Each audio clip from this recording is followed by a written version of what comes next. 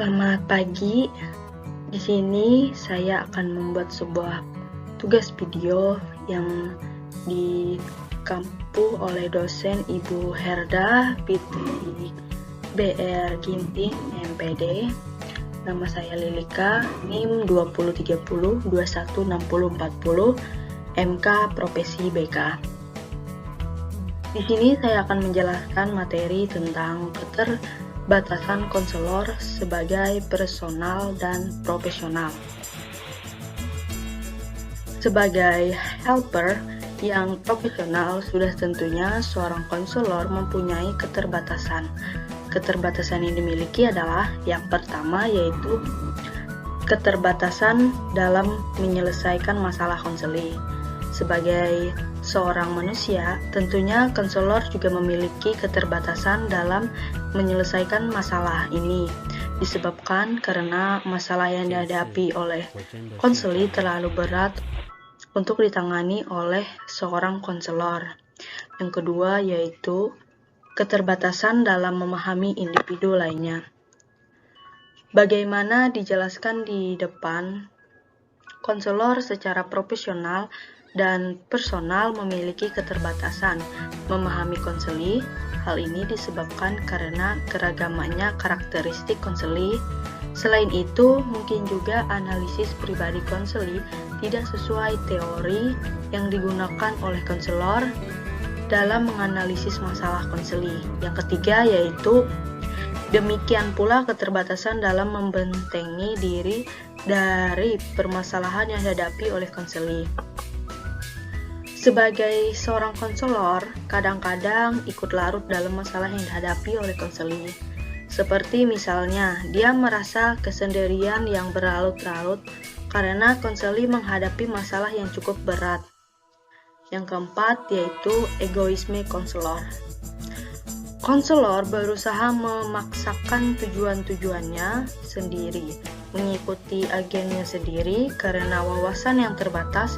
Ia hanya mampu bekerja hanya dalam satu kerangka kerja, mungkin tidak bersedia menyediakan arahan dan dukungan yang jelas diperlukan oleh konseli, berusaha membantu konseli dalam mencapai tujuan-tujuan konseli, menuntut agenda konseli dan menyediakan media yang dapat membantu konseli dalam memecahkan masalah yang dihadapi. Kemudian yang kelima yaitu berpegang pada satu cara respon. Nah, dalam hal ini konselor menyelesaikan masalah dengan cara sama antara konselor yang satu dengan yang lain. Walaupun konselor sudah menyadari adanya perbedaan karakteristik antara individu satu dengan yang lain.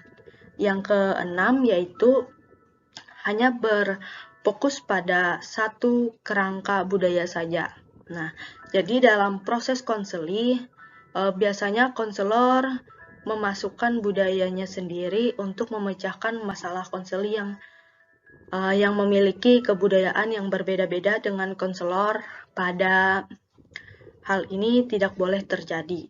Nah, kemudian yang ketujuh yaitu mendiskusikan atau membicarakan kehidupan konseli dengan orang lain tanpa izin. Nah, jadi ada konselor yang mengekspos masalah konseli kepada pihak lain yang tidak bersangkut paut dengan konselor lain tanpa izin konseli sesuai dengan asas kerahasiaan. Ini adalah tidak benar. Kemudian yang kedelapan yaitu konselor yang individual. Nah, artinya konselor bertindak tanpa mengenali keterbatasan sendiri dan bekerja tanpa supervisi. Tidak mau bertukar pikiran dengan kegiatan profesional dengan orang lain.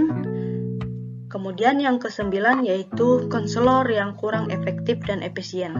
Nah, memusatkan perhatian yang sungguh-sungguh pada hal-hal kecil yang tidak relevan bagi masalah konseli, sehingga waktu yang digunakan menjadi tidak efektif dan efisien. Suatu saat dapat mengakibatkan perasaan dan pemikiran konseli. Yang ke-10 yaitu kekurangan perhatian konselor. memperlakukan para konseli secara tidak tulus, tanpa perhatian penuh, tanpa perasaan, atau membahayakan konseli. Kemudian yang ke-11 yaitu tidak berpikir alternatif. Nah, secara babi buta, memakai satu jenis atau satu bidang teori tunggal dengan tidak memberikan pemikiran alternatif atau secara tidak sadar tidak mampu sama sekali memaknakan secara sadar berbagai ancangan yang sistematis.